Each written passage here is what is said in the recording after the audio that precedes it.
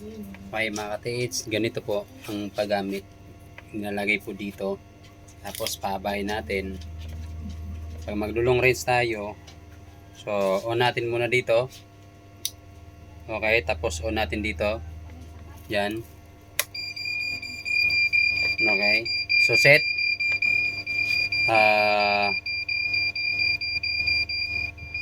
Set muna tayo dito sa gold. Sa number 10 gold, and then deepness natin mas maganda yan neng nakaset tayo sa gold number 10, and then so gusto nating hanapin na deepness, pili lang tayo dito 6 meter, pihit natin, ayan 6 meter, so going na po yan, so maghahanap na yan hanggang 6 meter. Okay, so dito so tama yung volume nya, palakasin natin ng konti yung sound. Okay, so ganyan po. So ganyan ang galaw niya pag nagse-search pag naghahanap. So is slow motion po yan. Ayan oh. Kung makikita nyo mga katiis, makikita nyo pag maghahanap yan. Tingnan mo.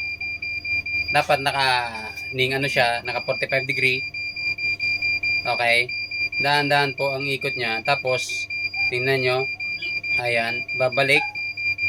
So hahanap siya kung saan merong mababaw 6 meter. So doon po. So ang tinuturo niya doon sa aking side, papunta doon sa may Kamagong. Okay? Kahit anong angulo ang gawin natin, ganun pa rin. Kahit dito, okay?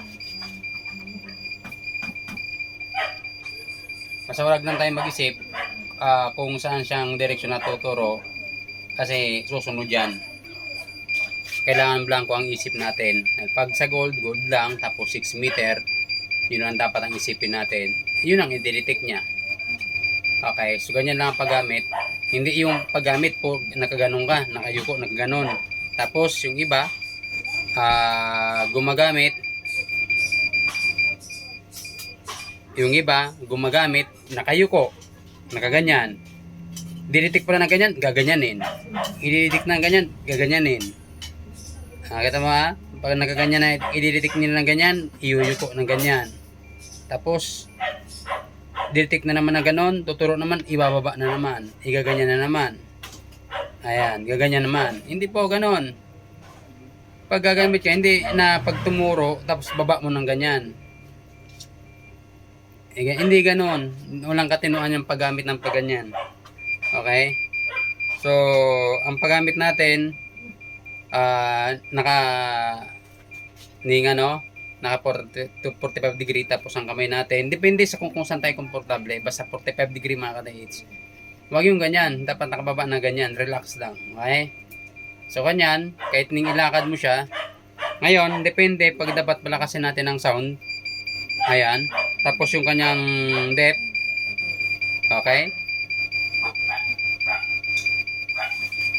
yun. So nakaturo po ito sa gold ang target nya. Okay?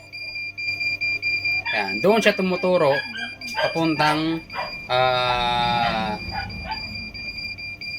north. Dito po. Ay, dito naman ako kasi nandito ay papuntang south. So, sa north siya tumuturo. Okay? Ano yan. Ngayon, kung gusto mo naman, papahinaan mo muna yan. Ay, kung gusto mong palakasin, ninan mo, ganun siya kabilis tumuro. Ayan. Nakaganyan ka ba lang, turo agad yan. Ayan o. Eh. Ayan, tuturo agad yan. Doon pa rin destination niya. Kahit anong anggulo, okay, doon pa rin tuturo yan. Okay.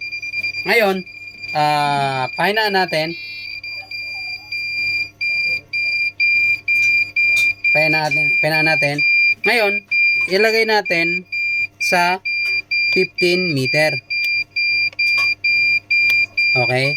So, naka 15 meter yan mga kataits. Yan. Yan. Naka 15 meter yan. Ito 6 meter. ito 15 meter. Okay, pag ibabalik mo, so isang knob, dalawang pihit po. Dito, 50 meter. Dito naman ay 35 meter. So, balik na lang. So, lagyan natin dito, 15 meter, gold pa rin. Iiba din ang tuturo niyan. Yung 15 meter. Okay? Ngayon, titingnan natin. So, doon pa rin ang turo. So, iisang turo, kahit mag 6 meter to 15 meter, iisa pa rin. Okay? Doon isa pa rin ang turo ng ganon. Okay? Ngayon, try natin.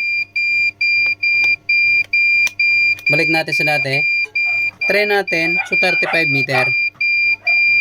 35 meter tayo.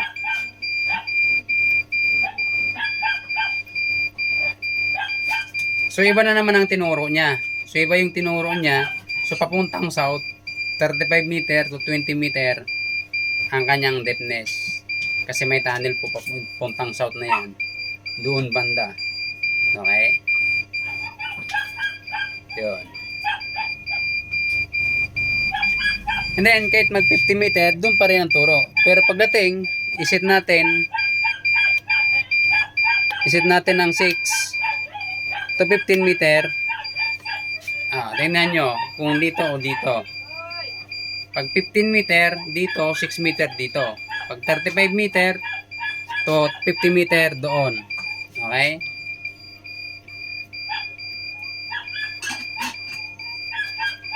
Ayan.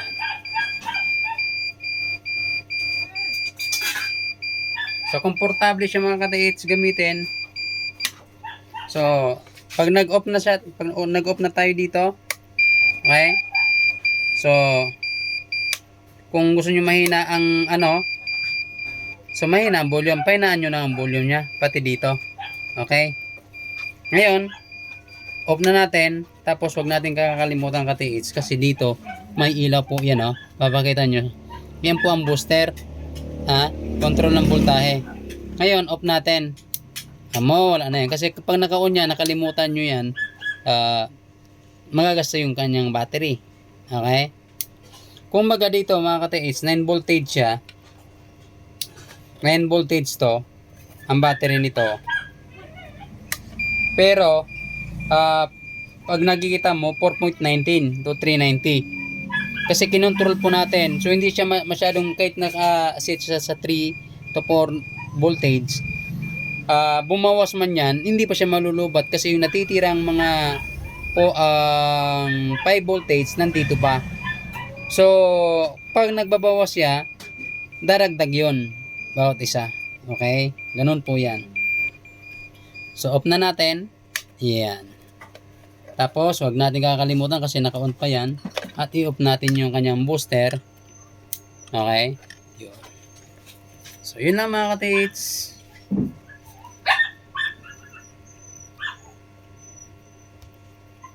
Okay?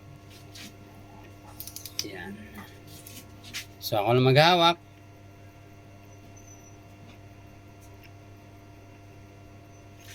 Yan.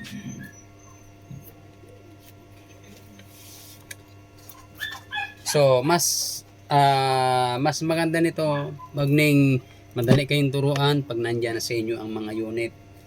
Maganda at komportable itong gamitin. Nakadepende po yan sa gagamit kasi hindi po lahat kasi malalakas ang pulso ng tao, hindi lahat marunong nang gumamit ng dowsing. Okay? So, wag po natin isisi sa mga gamit kung bakit hindi nakaka-detect. Hindi tayo. Kasi ang modulator o kahit anong gamit na ginagawa ng iba, kahit gaano pa kamahal yan, kung hindi mo mapadetek ang isang dowsing, hindi yan. Okay? Kung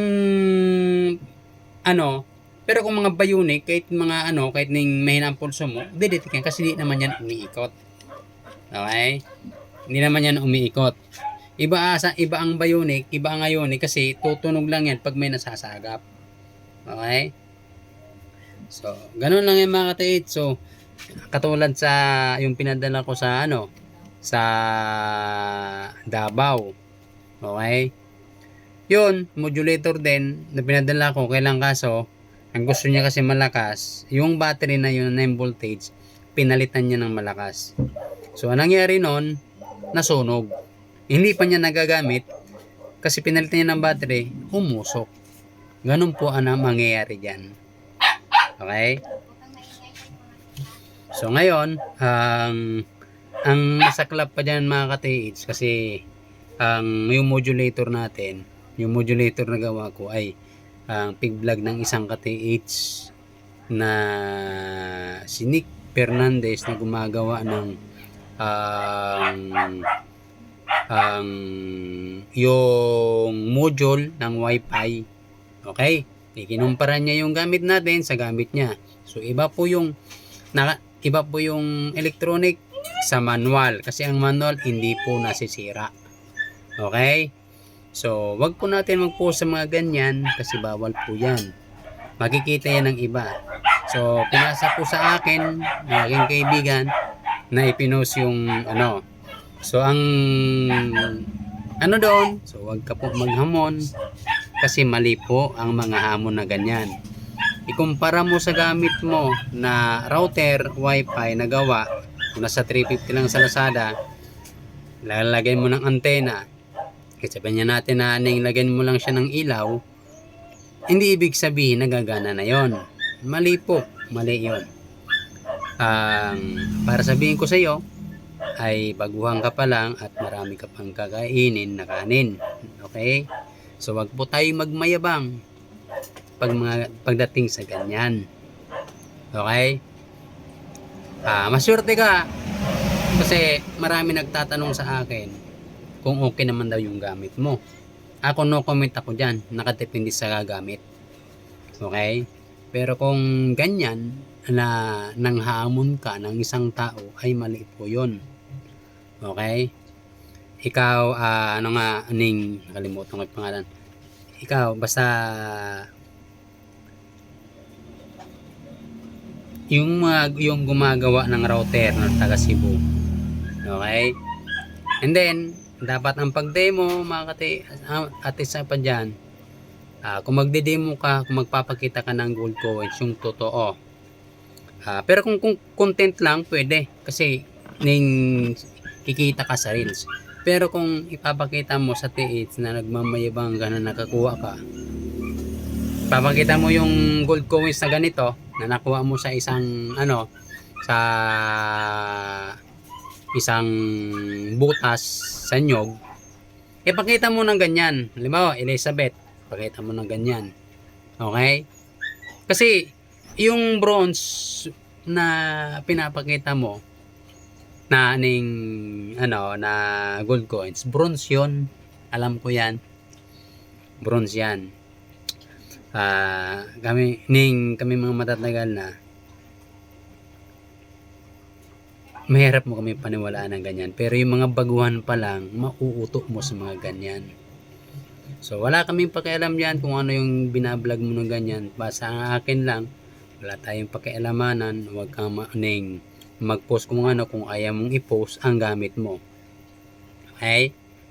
Ako, matagal na ako umpisa 2019, ikaw bago pa lang. So, huwag kang magpo-post na para mabenta ang unit mo. Kasi nakadepende, kahit mabenta ang unit mo, nakadepende sa gagamit. Okay? Ito, tandaan mo, itong ginagawa ko sa ganyan, kung